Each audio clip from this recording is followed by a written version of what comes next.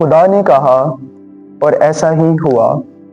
ہمارے لیے آج کی تلاوت تکوین کی کتاب، اس کا پہلا باب، اس کی 1 سے 19 آیت۔ ابتدا میں خدا نے آسمان اور زمین کو خلق کیا، اور زمین ویران اور سنسان تھی، اور گہراؤں کے اوپر اندھیرا تھا، اور روح خدا پانیوں پر جنبش کرتی تھی۔ اور خدا نے کہا کہ روشنی ہو، اور روشنی ہوئی۔ اور خدا نے دیکھا کہ روشنی اچھی ہے، اور خدا نے روشنی کو تاریکی سے جدا کیا۔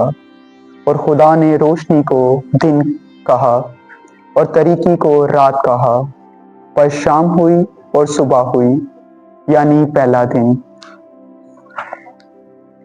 اور خدا نے کہا کہ پانیوں کے درمیان فضا ہو، جو پانیوں کو پانیوں سے جدا کرے۔ تب خدا نے فضا کو بنایا، اور فضا کے نیچے کے پانیوں کو فضا کے اوپر کے پانیوں سے جدا کیا، اور ایسا ہی ہوا۔ اور خدا نے فضا کو آسمان کہا۔ پس شام ہوئی اور صبح ہوئی، یعنی دوسرا دن۔ اور خدا نے کہا کہ آسمان کے نیچے کا پانی ایک جگہ جمع ہو، تاکہ خشکی نظر آئے، اور ایسا ہی ہوا۔ اور خدا نے خشکی کو زمین کہا، اور منجم ہوئے پانی کو سمندر کہا۔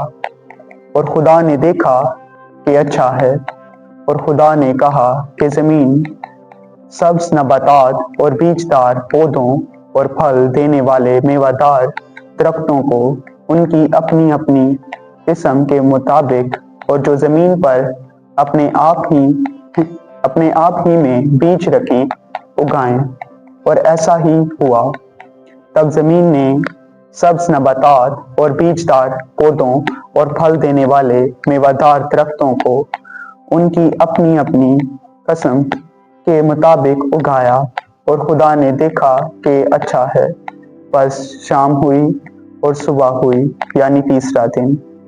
اور خدا نے کہا کہ آسمان کی فضا میں نیر ہوں، کہ دن کو رات سے جدا کریں، اور وہ زمانوں اور دنوں اور برسوں کے امتیاز کے نشان ہوں، اور وہ آسمان کی فضا میں چمکیں کہ زمین کو روشن کریں۔